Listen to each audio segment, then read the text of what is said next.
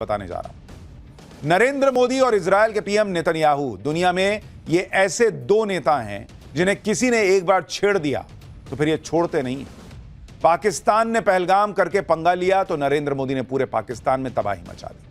उधर ईरान ने नेतन्याहू से पंगा लिया तो पूरा ईरान 4 दिन से जल ही रहा है। 4 दिन से इजरायल ने ईरान को धुआं धुआं कर रखा है। बम पर बम गिर रहे हैं। जैसे गाजा को नेतन्याहू ने समतल कर दिया वैसे ही ईरान का हाल नेतन्याहू कर देंगे ऐसा लग रहा है। लेकिन बम ईरान पर गिर रहे हैं, नसें पाकिस्तान की फट रही हैं। पाकिस्तान को लग रहा है कि कहीं अगला नंबर उसका तो नहीं है, क्योंकि एक तरफ नेतन्याहू ने पाकिस्तान के ठीक बगल में हाहाकार मचा रखा है, तो उधर नरेंद्र मोदी ने साइप्रस का दौरा करके पाकिस्तान के दोस्त तुर्की को घेर लिया है। पाकिस्तान और तुर्की मिलकर भारत के खिलाफ गेम कर रहे हैं, लेकिन नरेंद्र मोदी और नेतन्याहू ने इस गेम को ही पलट दिया है। सोचिए, इजरायल से पाकिस्तान 3000 किलोमीटर दूर है, फिर भी पाकिस्तान की हालत खराब हो रखी है। पाकिस्तान में लोग बार बार चेक कर रहे हैं कि पाकिस्तान भी इजरायल के घातक हथियारों की रेंज में आता है या नहीं। वो लोग चेक कर रहे हैं। जिस तरह से ईरान को इजरायल फोड़ रहा है, उससे पाकिस्तान को डर है कि कहीं ईरान के बाद उसके परमाणु साइट्स का नंबर तो नहीं आने वाला। कहीं मोदी और नेतन्याहू मिलकर पाकिस्तान को तो नहीं निपटा देंगे। कहीं मोदी और नेतन्याहू मिलकर पाकिस्तान के खिलाफ 1984 वाला प्लान तो नहीं बना रहे हैं। अब ये 1984 वाला प्लान क्या है? क्यों पाकिस्तान को ईरान पर इजरायल के हमले में अपनी आने वाली तबाही दिख रही है? कैसे पाकिस्तान की संसद के अंदर इजरायल के हमले का डर दिख रहा है? कैसे ईरान पर बरसती मिसाइलों ने पाकिस्तान में पेट्रोल पंप बंद करवा दिए? कैसे वहां लोग भूखे मरने की कगार पर हैं? आज ये सब दिखाऊंगा। साथ ही आपको यह भी बताऊंगा कि पीएम मोदी ने कैसे पाकिस्तान और उसके दोस्त तुर्की की टेंशन बढ़ा दी है। कैसे साइप्रस जैसे एक छोटे से देश का दौरा करके पीएम मोदी ने पाकिस्तान और उसके दोस्त को नया तनाव दे दिया है। पाकिस्तान में हड़कंप मचा हुआ है, क्योंकि अभी नरेंद्र मोदी के नए भारत ने जो पाकिस्तान की कुटाई की थी उसके जख्म ही नहीं भरे। और इधर इजरायल ईरान को ऐसा ठोक रहा है कि पाकिस्तान के अंदर लोग कह रहे हैं कि भारत और इजरायल मिलकर ईरान के बाद पाकिस्तान को ना ठोक दे। पाकिस्तान इसलिए कांप रहा है क्योंकि इजरायल ठीक उसके बगल में बम पर बम फोड़ रहा है। 4 दिन से जबरदस्त लड़ाई चल रही ईरान और इजरायल के बीच। इजरायल पर ईरान ने पलटवार किया था, जिससे इजरायल भयंकर गुस्से में। इजरायल ने कह दिया है कि पूरे तेहरान को जला के छोड़ूंगा। तेहरान ईरान की राजधानी है। इजरायल ने ईरान पर आज फिर से जबरदस्त बमबारी की। ईरान ने भी इजरायल के तेल अवीव और हाइफा पर बैलिस्टिक मिसाइलों का नया अटैक किया। इस जंग को 4 दिन हो रहे हैं और 4 दिन में इजरायल ने ईरान में जबरदस्त तबाही मचाई है। उसकी आप तस्वीरें देखिए। ईरान भी पलट के हमला कर रहा है, लेकिन जिस तरह से इजरायल फोड़ रहा है, ईरान के पास जवाब उस तरह का नहीं है। इजरायल के पास जबरदस्त एयर डिफेंस सिस्टम है और इसलिए उसे ज्यादा नुकसान नहीं हो रहा, जबकि ईरान बर्बाद होता चला जा रहा है। इजरायल की ताकत देखिए कि ईरान की राजधानी तेहरान के आसमान पर इजरायली एयरफोर्स का कब्जा हो चुका है। जब चाहे तब तेहरान पर इजरायल बम गिरा रहा है, जब मन कर रहा है। भाई, जैसे इंडिया नहीं जब उधर मन कर रहा था फोड़ दे रहा था, वैसे ही जहां तक मन कर रहा था इंडिया घुस के मार रहा था, वैसे ही अब इजरायल मार रहा है ईरान को। बात इतनी बढ़ चुकी है कि इजरायल ईरान के सुप्रीम लीडर अयतुल्लाह खामनेई को ही उड़ाने वाला था, खत्म कर देता। वो तो डोनाल्ड ट्रंप ने इजरायल को रोका कि अरे क्या कर रहे हो भाई, रुको जरा, सभी को मार दोगे क्या? यहां तक मामला पहुंच गया है। उधर इजरायल के पीएम नेतन्याहू का दावा है कि ईरान उनकी, यानी नेतन्याहू की और डोनाल्ड ट्रंप दोनों की हत्या करना चाहता था।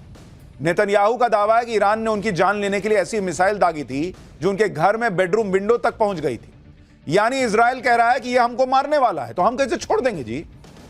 और वो सिर्फ ईरान को ही नहीं छोड़ने की बात कर रहा है कि भाई ईरान को नहीं छोड़ेंगे, वो पाकिस्तान को भी ठोक देगा, यह भी चर्चा हो रही है। जब नेतन्याहू कह रहे हैं कि ईरान उन्हें ही उड़ाना चाहता था, तो फिर इजरायल ने भी ईरान का खेल पूरा खत्म करने की ठान ली। भाई, कोई खुद थोड़े मरेगा कि तुम हमको मार दो, हम जो है विश्व शांति की बात करेंगे। और इजरायल के रास्ते में अब जो भी आने की कोशिश करेगा वो मारा जाएगा।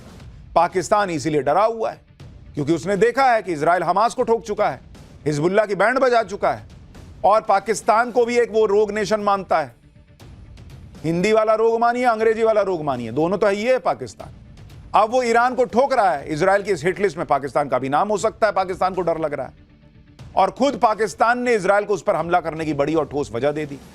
दरअसल ईरान के वरिष्ठ सैन्य अधिकारी ने यह दावा कर दिया कि अगर इजरायल ने ईरान पर परमाणु बम का इस्तेमाल किया तो पाकिस्तान इजरायल पर परमाणु हमला कर देगा। मतलब ईरान खुद नहीं करेगा। ये गजब की लड़ाई लड़ते हैं ये लोग कि मेरे को मारोगे तो परमाणु बम पाकिस्तान मारेगा। पाकिस्तान हड़बड़ा गया। इजराइल से युद्ध के बीच ईरान ने पाकिस्तान को लेकर बड़ा दावा कर दिया। ईरान की बात सुनकर पाकिस्तान के होश उड़ गए। ईरान को भाई भाई बताने वाले पाकिस्तान ने कुछ ही घंटों में ईरान के दावे का खंडन कर दिया। पाकिस्तान कह रहा है कि नहीं नहीं भाई, हम ईरान जो कह रहा हम नहीं ऐसा कुछ बोले, हम नहीं मारेंगे परमाणु बम। पाकिस्तान के रक्षा मंत्री ख्वाजा आसिफ ने कहा कि इस्लामाबाद ने इजराइल के खिलाफ परमाणु हमले की कोई बात की ही नहीं है।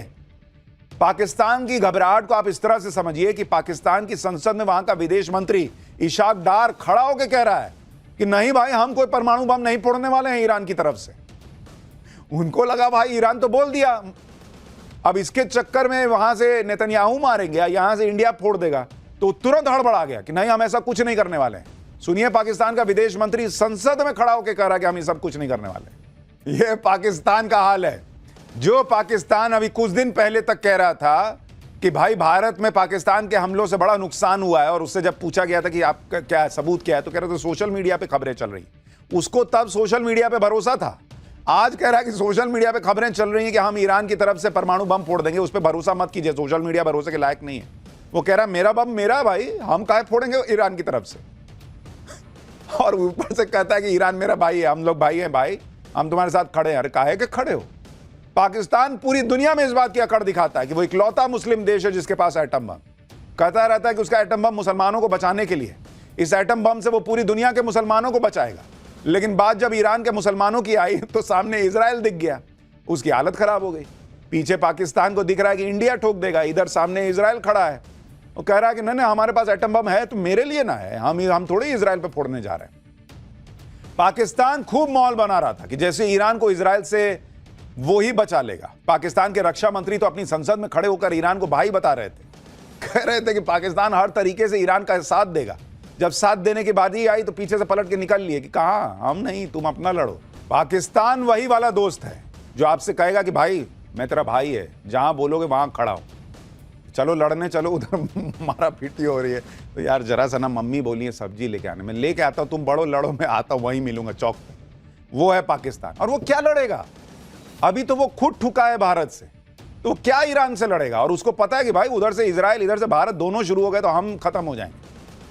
पाकिस्तान सिर्फ बड़ी बड़ी बातें कर सकता है, लेकिन आप पाकिस्तान की हालत देखिए। ईरान 4 दिन से जल रहा है, वहां से लोग भाग रहे हैं, तो पाकिस्तान ने ईरान का बॉर्डर क्लोज कर दिया। ये देखे दुनिया भर के मुसलमान देखें जो ये सोचते हैं कि पाकिस्तान एक इस्लामिक देश है तो मुसलमानों के लिए खड़ा होगा। भाई उसने ईरान का बॉर्डर क्लोज कर दिया कि मेरे तरफ मत आओ। पाकिस्तान से ईरान की करीब 900 किलोमीटर की बड़ी सीमा लगती है। पाकिस्तान को लग रहा है कि ईरान में इजराइल के बम फूट रहे हैं तो ईरान के लोग भागकर पाकिस्तान आ जाएंगे। सोचिए, जो पाकिस्तान ईरान के लिए इजराइल पर एटम बम चलाने की बातें कर रहा था, वो इतना डरपोक है कि ईरान के लोगों के लिए अपना बॉर्डर बंद करके बैठा है कि मेरे यहां मत आओ, मरना है तो उधर मरो। ये दुनिया भर के मुसलमान देखें पाकिस्तान की सच्चाई। जो जब चाइना से पैसा लेना होता है तो शिनजियांग में जब मुसलमानों पर अत्याचार होता है, उइगर मुसलमानों पे, तो चुप बैठ जाता है कि मारो ना यार, हमको क्या, हमको पैसा दे दो, तुम कर्जा दे दो, मेरे भीख वाले कटोरे में पैसा डाल दो। अब जब ईरान को मार रहा है इजराइल तो अपना बॉर्डर सील कर दिया। यह है पाकिस्तान की सच्चाई जो दुनिया भर के मुसलमानों को देखनी चाहिए। हमारे यहां कुछ हैं जिनका दिल धड़कता है शायद उधर के लिए, कुछ ही होंगे, लेकिन उनको भी देखना चाहिए पाकिस्तान का सच क्या है। पाकिस्तान ऐसा इसलिए कर रहा है क्योंकि उसे पता है कि इजराइल अगर ईरान को ठोक सकता है तो पाकिस्तान को ठोकने में देरी नहीं लगाएगा। पाकिस्तान को अब अपने एटम बम का डर सता रहा है कि जिन एटम बम के दम पर पाकिस्तान फूलता है वो एटम बम कहीं इजराइल के टारगेट पर तो नहीं है। क्योंकि इजराइल बहुत पहले से कहता रहा है कि ईरान के साथ साथ पाकिस्तान भी दुनिया के लिए बड़ा खतरा है। इजराइल के प्रधानमंत्री नेतन्याहू का एक पुराना बयान सुनिए। वो बहुत सालों से कह रहे हैं कि ईरान नंबर 1, पाकिस्तान नंबर 2, दोनों बर्बाद देश हैं, दोनों को खत्म कर देना चाहिए। So the greatest mission that we have is to prevent a militant Islamic regime from meeting up with nuclear weapons or from nuclear weapons meeting up with a militant Islamic regime. The first is called Iran, the second is called Pakistan. Netanyahu ने तो यहां तक साफ साफ कहा था कि पाकिस्तान और ईरान जैसे मुस्लिम देशों के पास एटम बम होने ही नहीं चाहिए, और इजराइल पूरा दम लगा देगा कि ऐसे मुस्लिम देशों के हाथ एटम बम लगे ही ना। अब ईरान तो एटम बम नहीं बना पाया, लेकिन पाकिस्तान ने एटम बम बना लिया। लेकिन जैसे आज इजराइल ने ईरान पर बमबारी करके उसे एटम बम हासिल करने से रोक दिया है, वैसे ही भारत भी कर सकता था। और यह 1984 की बात है। उस वक्त बड़ा मौका था जब पाकिस्तान को एटम बम हासिल करने से रोका जा सकता था। साल 1984 में पाकिस्तान को रोकने के लिए इजराइल ने भारत के साथ एक सीक्रेट मिशन का प्लान शेयर किया था। योजना थी कि भारत और इजराइल दोनों देश मिलकर पाकिस्तान के परमाणु ठिकानों पर हमला करेंगे और उसे नष्ट कर देंगे। पाकिस्तान के परमाणु ठिकानों पर हमला करने के लिए इजरायली विमानों को गुजरात के जामनगर एयरबेस से उड़ान भरनी थी। योजना के मुताबिक इजरायली जेट कश्मीर के पहाड़ी इलाके में रडार से बचते हुए आगे बढ़ते और इस्लामाबाद के पास पहुंचकर हमला कर देते। लेकिन अमेरिकी मीडिया में इस प्लान की खबरें लीक हो गई। पाकिस्तान सतर्क हो गया था और फिर ऑपरेशन रोकना पड़ा। लेकिन जो काम तब नहीं हो सका था, वो काम अब नरेंद्र मोदी और नेतन्याहू मिलकर कर सकते हैं। मोदी तो अभी अभी पाकिस्तान को ट्रेलर दिखा चुके हैं और इजराइल की हिटलिस्ट में पाकिस्तान सालों से। इसलिए पाकिस्तान को डर है कि कहीं एटम बम वाली बात इजराइल के खिलाफ गई है तो इजराइल उसे फोड़ने में देर ना लगाए। पाकिस्तान की संसद में खुद पाकिस्तान के सांसद कह रहे हैं कि ईरान के बाद अगला नंबर पाकिस्तान का है। पाकिस्तान में इतना डर इसलिए भी है क्योंकि इजराइल जो है ना, वो रगेद रगेद के मारता है। और आप देखिए ईरान का क्या हाल हो गया है। ईरान पर जैसे जैसे बम गिर रहे हैं, वैसे वैसे पाकिस्तान की सांसें ऊपर नीचे हो रही हैं।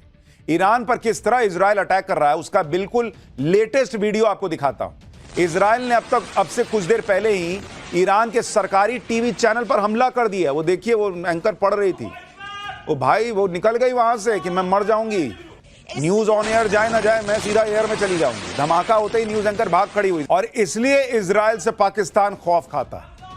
अब देखिए ना बॉस, जहां मन कर रहा है वहां इजराइल ठोक रहा है ईरान को।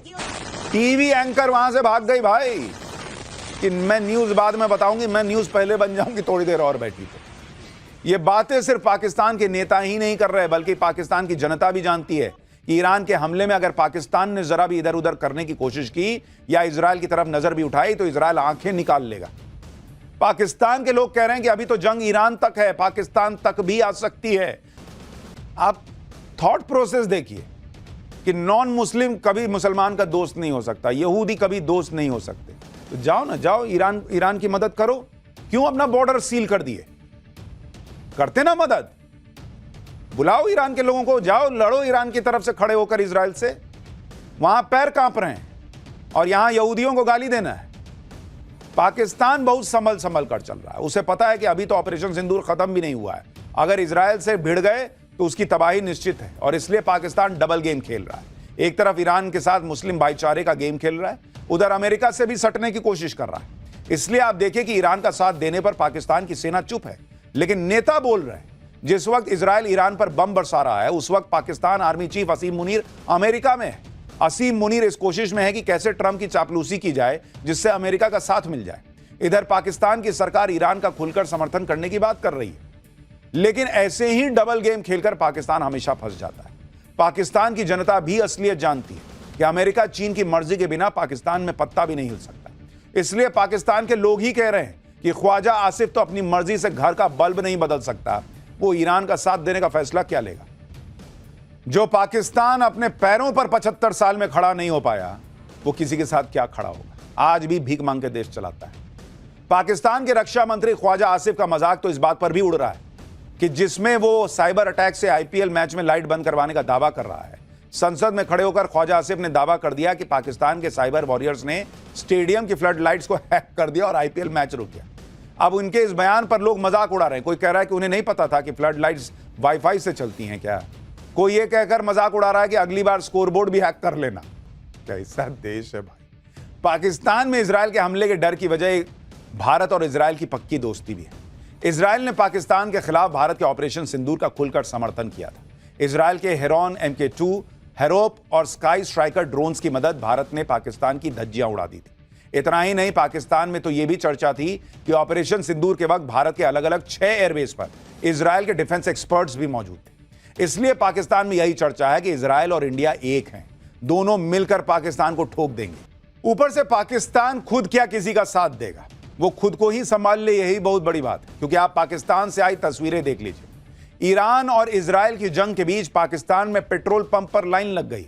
खासकर बलूचिस्तान में पेट्रोल की कमी और महंगे पेट्रोल की वजह से हाहाकार मच गया। अब बलूचिस्तान के क्वेटा की तस्वीरें देखिए, जहां पेट्रोल पंप पर लंबी लंबी लाइनें लग गई हैं। बॉर्डर बंद होने की वजह से ईरान से जो पेट्रोल आता था उसकी कमी हो गई। क्वेटा में 70% पेट्रोल पंप बंद करने पड़े। इसी बीच पाकिस्तान ने अपनी आवाम पर महंगाई का नया बम फोड़ दिया है। पाकिस्तान में पेट्रोल ऑलमोस्ट 5 रुपए प्रति लीटर महंगा हो गया है और जो पेट्रोल पहले 253 रुपए का था अब वो 258 रुपए प्रति लीटर हो गया है और जो डीजल है वो 7 रुपए 95 पैसे प्रति लीटर महंगा होकर 262 रुपए प्रति लीटर हो गया है। पाकिस्तान में यह हालत है पेट्रोल और डीजल की, 250 रुपए के ऊपर मिलता है मामला। पाकिस्तान ने महंगाई से अपनी पब्लिक का कचूमर निकाल रखा है। जनता पर पैसा खर्च करने की जगह वो चाइना से हथियार खरीद रहा है, डिफेंस बजट बढ़ा रहा है, तो यही ना होगा। पाकिस्तान की जनता इन्हीं सब से परेशान है। पाकिस्तान की जनता अपनी सरकार को गालियां दे रही है, कोस रही है। पाकिस्तान का तो इससे भी बुरा हाल होने वाला है, क्योंकि पाकिस्तान आतंक का जो बिजनेस चला रहा है, भारत ने उसकी पोल दुनिया के सामने खोल कर रख दी है। नरेंद्र मोदी ने पाकिस्तान के खिलाफ जो कूटनीतिक मोर्चा खोला था, उसका असर देखिए कि टेरर फाइनेंसिंग पर नजर रखने वाली ग्लोबल संस्था FATF ने पहलगाम आतंकी हमले पर बड़ा बयान दिया है। FATF ने ऐसे आतंकी हमले पर चिंता जताते हुए कहा है कि ऐसे हमले बिना फंडिंग के नहीं हो सकते। फाइनेंशियल एक्शन टास्क फोर्स ने आतंकी संगठनों को मिलने वाली फंडिंग पर लगाम लगाने पर जोर दिया है। FATF ने यह भी कहा है कि वो जल्द ही टेरर फंडिंग पर अपनी एक बड़ी रिपोर्ट जारी करने वाला है। FATF के इस रुख से साफ है कि आतंक को पालने पोसने वाले पाकिस्तान पर बड़े एक्शन की तैयारी हो रही है। न सिर्फ पाकिस्तान को नरेंद्र मोदी ने हर तरफ से घेर रखा है, बल्कि पाकिस्तान का जो साथ दे रहा है उसको भी नरेंद्र मोदी ठिकाने लगाने में जुटे हैं। आज ही देखिए कि नरेंद्र मोदी ने कैसा गजब का मास्टर स्ट्रोक खेला। पीएम मोदी विदेश दौरे पर साइप्रस चले गए थे, जिससे पाकिस्तान के दोस्त तुर्की की नींद उड़ गई। साइप्रस वैसे तो छोटा सा देश जरूर है, लेकिन नरेंद्र मोदी ने इस छोटे से देश में भी जाकर तुर्की और पाकिस्तान के खिलाफ बड़ा धमाका कर दिया, क्योंकि साइप्रस उस तुर्की की दुखती रग है जो तुर्की पाकिस्तान का साथ दे रहा था। तुर्की ने सालों से साइप्रस की काफी जमीन पर कब्जा कर रखा है। नरेंद्र मोदी आज साइप्रस जाकर उस जमीन को देखकर आ गए। ये देखिए, वो तस्वीरें देख रहे हैं जहां वो दिखाया जा रहा है कि देखिए भाई, ये तुर्की ने जमीन कब्जा कर रखी है, वहां बातचीत चल रही है। नरेंद्र मोदी समझ रहे हैं, अच्छा जमीन कब्जा किया है, बताओ तो। इससे तुर्की को जबरदस्त मिर्ची लग गई होगी। साइप्रस के राष्ट्रपति के साथ जाकर नरेंद्र मोदी ने उस इलाके को देखा जहां तुर्की ने कब्जा किया हुआ है। ये तस्वीरें देखिए, वो दिखा रहा है कि देखिए ना सर, वही कब्जा किए हुए। अच्छा, 3 बार फोड़ेंगे वही ले लेंगे, कुछ कह रहे होंगे, मैं तो ऐसे ही कह रहा हूं। तस्वीरें तुर्की के लिए बड़ा मैसेज है कि अगर पाकिस्तान का साथ दोगे तो भारत भी खुलकर साइप्रस का साथ देगा। साइप्रस में सालों बाद कोई भारतीय प्रधानमंत्री पहुंचा है, लेकिन साइप्रस का रणनीतिक महत्व नरेंद्र मोदी ने समझा और ठीक उसी वक्त साइप्रस गए जब तुर्की पाकिस्तान का साथ दे रहा है। साइप्रस में प्रधानमंत्री मोदी का भव्य स्वागत हुआ। साइप्रस के राष्ट्रपति निकोस क्रिस्टोडेलिडोस ने खुद एयरपोर्ट पहुंचकर पीएम मोदी को रिसीव किया। यह अपने आप में बड़ा इशारा था, क्योंकि प्रोटोकॉल तोड़कर राष्ट्रपति का इस तरह स्वागत करना दिखाता है कि साइप्रस भारत को कितनी अहमियत दे रहा है। उसके बाद क्या हुआ, यह देखिए। साइप्रस की राजधानी निकोसिया की काउंसिल मेंबर माइकेला क्राइथ्रियोटी महाल्पा ने नरेंद्र मोदी का स्वागत करते हुए उनके पैर छू लिए। पैर छू लिए भाई, ये सब चल रहा है। साइप्रस में पीएम मोदी को वहां का सबसे बड़ा सम्मान दिया गया है। नरेंद्र मोदी ने साइप्रस का सबसे बड़ा सम्मान मिलने के बाद क्या कहा, एक बार वो भी सुनिए। हार्दिक अभिनंदन करता हूं, आभार व्यक्त करता हूं। यह सम्मान केवल मेरा, नरेंद्र मोदी का सम्मान नहीं है, ये 140 करोड़ भारतवासियों का सम्मान है। उनके सामर्थ्य और आकांक्षाओं का ये सम्मान है। ये हमारे देश के सांस्कृतिक भाईचारे और वसुधैव कुटुंबकम की विचारधारा का सम्मान है। आप सोचिए, नरेंद्र मोदी को यह सम्मान मिलना, भारत का सम्मान। और नरेंद्र मोदी ने गले में जो ये पहना है, साइप्रस में इस तरह का स्वागत होना, वहां का सर्वोच्च सम्मान मिलना, फिर साइप्रस में उस इलाके को देखने के लिए जाना जिसे तुर्की ने कब्जा कर रखा है। नरेंद्र मोदी ने साइप्रस जाकर पाकिस्तान के दोस्त तुर्की के खिलाफ गेम सेट कर दिया है, क्योंकि नरेंद्र मोदी साइप्रस के जिस इलाके को देखने गए वो इलाका तुर्की ने 1974 से जबरन कब्जा कर रखा है। साइप्रस